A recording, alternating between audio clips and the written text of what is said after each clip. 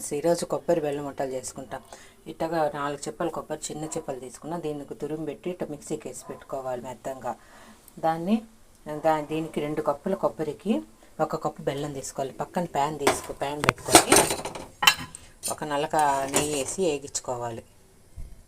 పచ్చివాసన మీద కాసేపు వేగించుకోవాలి. ఇప్పుడు నెయ్యి కాగిపోయింది కదా, ఈ కొబ్బరి వేసి కాసేపు పచ్చివాసన మీద వేగించుకుంటాం.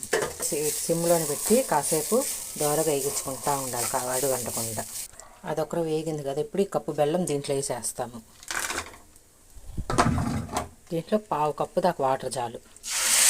కాసేపు పోసి బాగా కలబెట్టుకొని పక్కన ఉడకనిచ్చుకుంటాము. అప్పుడప్పుడు ఇటు మధ్యలో కలబెట్టుకుంటూ ఉండాలి, అడుగు అంటకుండా. ఇది ఇప్పుడు బాగా దగ్గర పడిపోయింది కదా, బాగా వచ్చేసింది ముదురు పాకం. బాగా మన చేతికి ముద్ద అంటుకునేటట్టు పక్కన ప్లేట్లో చిన్న ప్లేట్ తీసుకొని దానికి 1 నలక నెయ్యి అప్లై చేసి పెట్టుకో ఉండాలి. ప్లేట్లోకి